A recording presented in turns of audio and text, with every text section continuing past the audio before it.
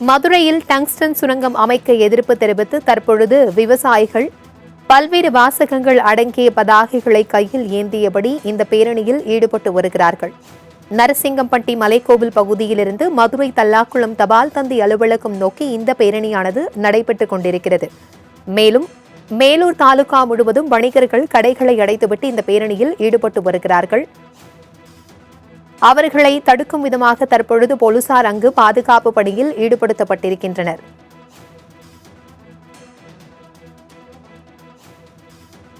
இதுகுறித்தான கூடுதல் விவரங்களுடன் இணைகிறார் எம்முடைய செய்தியாளர் மதிவாணன். மதிவாணன், டங்ஸ்டன் சுரங்கத்திற்கு எதிராக பொதுமக்கள் பேரணியில் ஈடுபட்டு வருகிறார்கள். இதுகுறித்தான விவரங்களை பகிர்ந்துக்கோங்க. வணக்கம் பிரபாவதி. மேலூருக்கு அருகாமையில் இருக்கக்கூடிய அரிக்காப்பட்டி என்னும் கிராமத்தில் டங்ஸ்டன் சுரங்கம் அமைக்கப் போவதாக மத்திய அரசானது தெரிவித்திருந்தது.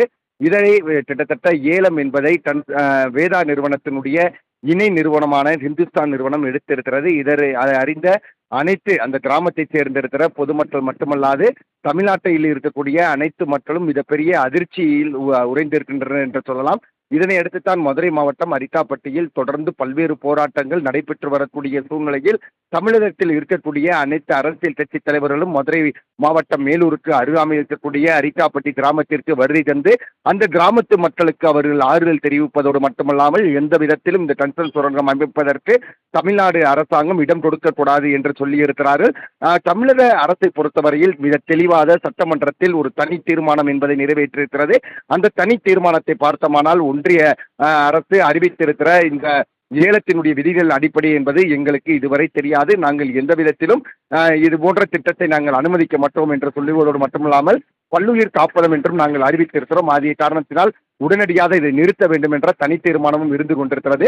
அதே போல தமிழகத்தினுடைய முதலமைச்சர் மு.க. ஸ்டாலின் மிக தெளிவான ஒரு கருத்தை தெரிவித்திருக்கிறார். அந்த கருத்து என்னவென்று பார்த்தால், நான் முதலமைச்சராக இருக்கிற வரையில் இந்த டங்ஸ்டன் சுரங்கம் என்பது நிச்சயமாக அமையாது. அப்படி அமையும் பட்சத்தில் நான் முதலமைச்சராக இருக்க மாட்டேன் என்று ஒரு திட்டவட்டமான கருத்தை கூறியிருக்கிற பட்சத்திலும் கூட அங்கே இருக்கக்கூடிய பொதுமக்களை பொறுத்தவரையில் பல்வேறு போராட்டங்களை தினந்தோறும் நடத்தி வருகின்றனர். விவசாய சங்கங்களும் தொடர்ந்து போராட்டம் நடத்தி வரக்கூடிய சூழ்நிலையில் தான் இன்றைய பொழுது விவசாய சங்கம் மற்றும் பொதுமக்கள் அனைவரும் ஒன்றிணைந்து மிகப்பெரிய பேரணி நடைபெறும் என்று அறிவித்திருந்தார்கள். அதனுடைய அடிப்படையில் தற்சமயம் இதுவரை கிட்டத்தட்ட 15,000க்கும் மேற்பட்டோர் ஒன்று திரண்டு மதுரை மாவட்டம் மேலூரிலிருந்து பேரணியாக மதுரை தமுக்க மைதானத்தில் இருக்கக்கூடிய தபால் நிலையத்தை முற்றுகையிடுவதற்காக வருகை தருகின்றனர். இருப்பினும் கூட இங்கே இருக்கக்கூடிய மதுரை மாவட்ட காவல்துறை அதிகாரியை பொறுத்தவரையில் சட்டம் ஒழுங்கு பிரச்சனை ஏற்படுவதற்கான வாய்ப்பு இருக்கிறது. அதே காரணத்தினால் பேரணி என்பதற்கு அனுமதி என்பது வழங்குவதற்கு இயலாத ஒன்றாக இருக்கிறது. தங்களது வாகனங்களில் சென்று கொள்ளுங்கள் என்று சொல்லி இருக்கிறார்கள். இருப்பினும் கூட இந்த பேரணி என்பது தற்சமயம் நடைபெற்று இருக்கிறது. மிகச்சரியாக இன்னும் 1 மணி நேரத்திற்குள் மதுரை தமுக்க மைதானம் நகர்ப்பகுதியில் இருக்கக்கூடிய தபால் நிலையத்தை முற்றுகையிடுவார்கள் என எதிர்பார்க்கப்படுகிறது. முற்றுகையிடுவதோடு மட்டுமல்லாமல் மத்திய அரசாங்கத்திற்கு எதிரான கண்டன கோஷங்களை எழுப்பி டங்ஸ்டன் நிறுவனம் எந்த விதத்திலும் இங்கே அமைந்துவிடக்கூடாது என்ற தங்களது எதிர்ப்புகளை தெரிவிப்பதற்கு பேரணியாக வருகை தரக்கூடிய அந்த காட்சிகளை தான் நாம் பார்க்க முடிகிறது. மிகச்சரியாக மத்திய அரசாங்கத்தை பொறுத்தவரையில் ஒரு தெளிவான கருத்தை தெரிவித்திருக்கிறது. மறுசீராய்வு என்பது நடைபெறும் என்று சொல்லி இருக்கிற பட்சத்தில் கூட அதே போல தமிழகமும் நிச்சயமாக இது நடைபெறுவதற்கு வாய்ப்பு அளிக்க மாட்டோம் என்று சொல்லி இருக்கிற பட்சத்தில் கூட அச்சத்தினுடைய உச்சத்தில் அங்கே பொதுமக்கள் மற்றும் விவசாயிகள் இருக்கிற காரணத்தினால் தான் இது போன்ற பேரணி மற்றும் போராட்டங்கள் தொடர்ந்து நடைபெற்று வருகிறது. பிரபாவதி. மதிவாணன், தற்பொழுது விவசாயிகளும் வியாபாரிகளும் அதாவது வணிகர்களும் இந்த போராட்டத்தில் ஈடுபட்டிருக்கிறார்கள். முதலமைச்சரின் வாக்கையும் பொருட்படுத்தாமல் தற்பொழுது இந்த போராட்டமானது நடைபெற்றுக் கொண்டிருக்கிறது. இவர்கள் துறை சார்ந்த அதிகாரிகளை ஏதேனும் சந்தித்து பேச்சுவார்த்தை நடத்த திட்டமிட்டிருக்கிறார்களா?